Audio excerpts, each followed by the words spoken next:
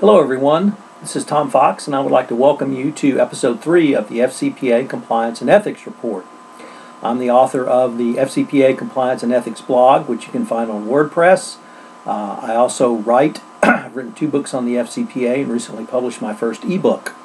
The ebook was on GlaxoSmithKline, or GSK in China, a game changer in compliance, and I would like to start off this week's topics with a discussion about China. We continue to hear news out of China. Today, for instance, in the Wall Street Journal, Chris Matthews reported that GSK stock dropped slightly from its high, or where it was prior to the release of the information about the bribery scandal in China. But we also had a very interesting announcement come out of GSK. Apparently they are negotiating with the Chinese regulatory authorities over a proposed fine, and GSK has indicated that if the fine is too high, they will consider pulling out of China. I find this very interesting, where a company would threaten simply to leave an entire market, not because the risk is so high, but because the fine and penalty for their conduct which violated the domestic law of China might be so high. It's a very interesting tactic to use. I don't know if that's cutting off your nose to spite your face, but certainly it's a negotiating ploy that GSK is currently using. Interestingly, News Corp apparently has told the British authorities that if the British authorities indict News Corp as a corporate entity for actions involving the phone hacking and corruption scandal in Britain, News Corp will consider shutting down all of its UK operations. This, I think, takes it a step further than GSK has taken it. And for News Corp to shut down operations in an entire country when, in many ways, it began its rise in the United Kingdom would certainly be a very interesting tactic to utilize. While others here in the United States have tried to downplay the Arthur Anderson effect, I think it is certainly an appropriate analysis, or at least a factor for the Department of Justice to consider when indicting a company, is what's going to be the effect of putting that company out of business. Is that something that the Department of Justice should do? Clearly, I don't think the world is better off for Arthur Anderson having gone out of business. We went from a big 4 to a big 3 in the accounting world. But where do you think all of those accountants went to? They had to go somewhere. So they're still working out there. Nevertheless, very interesting development in China, and also presaged by Newsweek's indication in their negotiation with the British authority. But more than simply GSK, the reverberations from the GSK matter continue really on a worldwide basis. I believe that the GSK matter will be a game changer in compliance, and we've seen a couple of further incidents on that this week. The first is a company called Agilent Technologies, interestingly enough, a HP spinoff, which manufactures testing equipment for medical devices in California, has announced that they are internally investigating allegations of bribery and corruption in China through the use of third-party agents. So we have yet another company tangentially related to the medical, pharmaceutical, medical supply, medical device industry caught up in the China corruption scandal. But more importantly, I think, is that China is actually thoroughly investigating, or at least investigating, officers and directors of some of its state-owned enterprise. The FCPA blog reported that PetroChina's officers and directors are, certain officers and directors whose names I will not even try to pronounce, are under investigation for bribery and corruption. This speaks to, I think, a holistic effort by the Chinese enforcement authorities. And if you are a U.S., UK, or other Western company and you have operations in China, I think it is absolutely mandatory that you look at your operations to see who you're using for third parties, how you're using them. It may be time to go in and do a forensic audit. You really need to try to get to as much information that you can, credible information, to try to get to the bottom of what your operations are in China and are they clean. Additionally, of course, is the J.P. Morgan ongoing matter on hiring. And if you have a Chinese joint venture, Chinese subsidiary, or doing business in China, and you've hired any sons and daughters or other family members of foreign governmental officials, this may be a very good time for you to take a very close look at that hiring process, Was that hiring process taken out of the normal hiring process? Did the candidates have the appropriate qualifications? Were the interviews done? Were credentials checked? And more importantly, what happened on the business side after any family members were hired? Were any new contracts immediately awarded to you? Did you retain business going forward? Those are the kinds of things that the Department of Justice or SEC will inquire upon.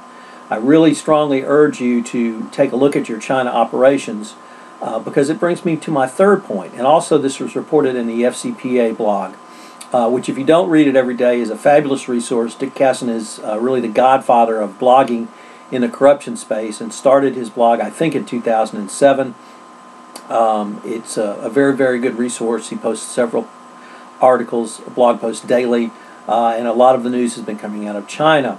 One of which caught my eye, though, was that the Chinese have a enforcement technique they've long utilized, or at least the communist Chinese, of self-reporting, self-disclosure, self-admission.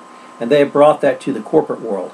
And apparently the Chinese government has encouraged Western companies to come forward and self-disclose, self-report, self-admit any instances of bribery and corruption, indicating that if they do so, there may be leniency in the penalty. Clearly that is done by the Department of Justice. It's written into the sentencing, if not the sentencing guidelines. It's certainly one of the things that prosecutors consider under the prosecutorial discretion on whether there's a self-disclosure. But I think the Chinese are taking that a step further. So if you find that you have credible evidence of bribery and corruption in your China operations, you need to seriously consider self-disclosing this to the appropriate Chinese authorities simultaneously with a disclosure to the relevant U.S. or U.K. authorities. You better have very good counsel in China. So there's some very good lawyers out there, but with the Chinese government suggesting that they would look very favorably upon this, I think that's something that U.S. companies would need to consider. Next, I'd like to turn to HP, and I mentioned these Agilent Technologies as an HP spinoff. It started as an HP subsidiary and was spun out as an IPO. And that brings me to where the situation of HP and their ongoing corruption investigation regarding sale of hardware. This past week, it was announced that the investigation had expanded into Poland. This is a very, very, very, very good opportunity for a learning lesson for the compliance practitioner. So let me go back and review some of the background facts of the HP case. HP had a German subsidiary headquartered in Munich, Germany. And this subsidiary made a sale of hardware into Russia. It was into the Moscow prosecutor's office. It was approximately a $44 million deal for hardware.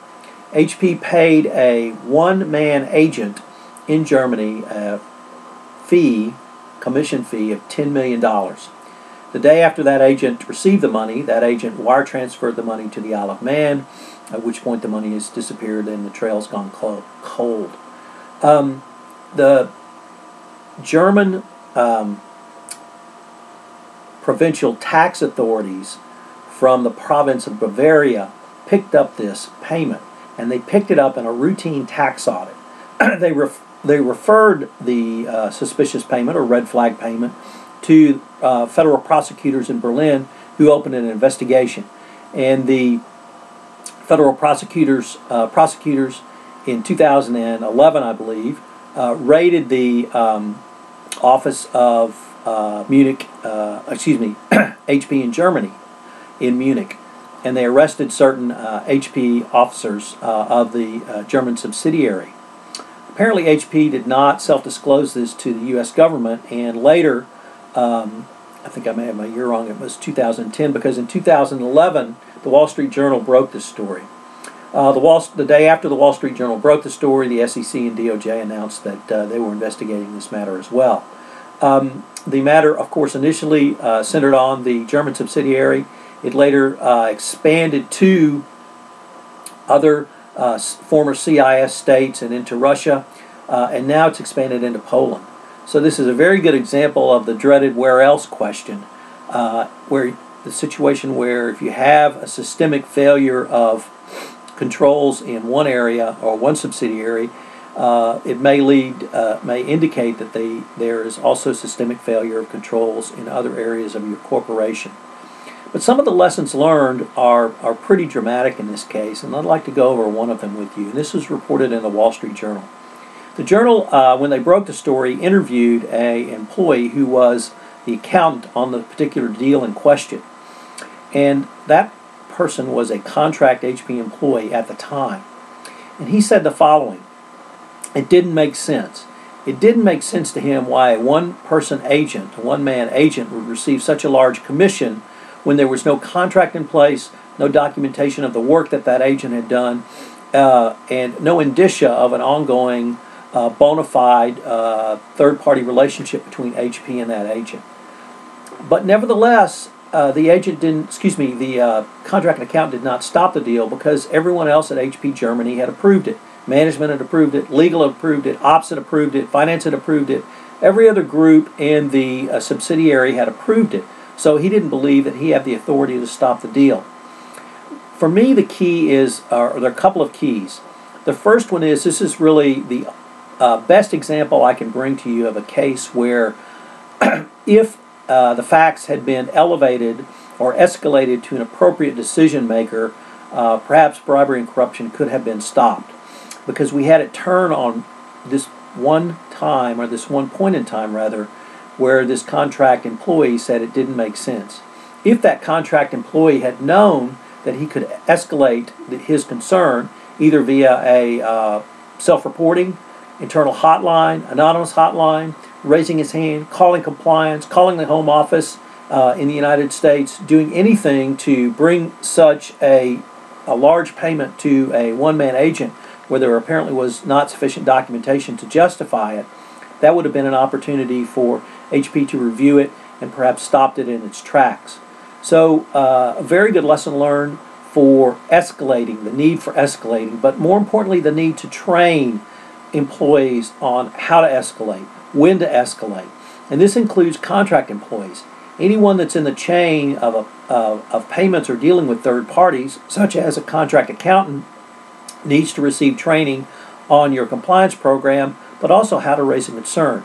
Simply put, if this contract employee had been told, here's our hotline, here's the number, if you have any concerns, cares, or worries, you can call this number, think about what that may have, the difference that may have made.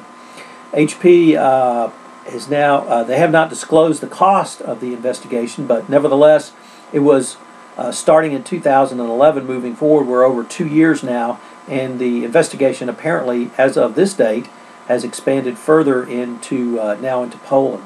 So it's a very good lesson learned. It's for how or the need to escalate. Very good lesson learned for the compliance practitioner in training all employees, and it also can show the downside for the dreaded where else question, which is where else has there been a systemic failure of controls. I would like to turn now to an interesting set of facts that came out of South Africa, reported in the Guardian and Mail online edition newspaper about a company called Goldfields. Goldfields obtained a permit for certain gold mines in South Africa, and there were allegations that they obtained this through bribery and corruption of certain high-ranking governmental officials. The thing that is most interesting about this is in December, Goldfields, who are an American stock exchange listed company, so there is clear FCPA jurisdiction over this matter, is hired the law firm of Paul Weiss out of New York, and for those of you who don't know, that's where Mark Mendelson works. So obviously a very, very, very good firm when it comes to FCPA knowledge and investigation. Anyway, they hired Paul Weiss in December, who did internal investigation and brought forward at least credible allegations of bribery and corruption, and they brought this to the board of directors of Goldfields. Goldfields then terminated the relationship with Paul Weiss, instructed the law firm not to conclude a final report, and did not self-report this. This was all in the Mail and Guardian article. So here you have the situation where Apparently, there are allegations of bribery and corruption brought to the attention of the board of directors, and the board of directors says, no, not only do we not want to know about it, we're not going to report it to the relevant authorities, and certainly in the United States, that would be the Department of Justice and the Securities and Exchange Commission.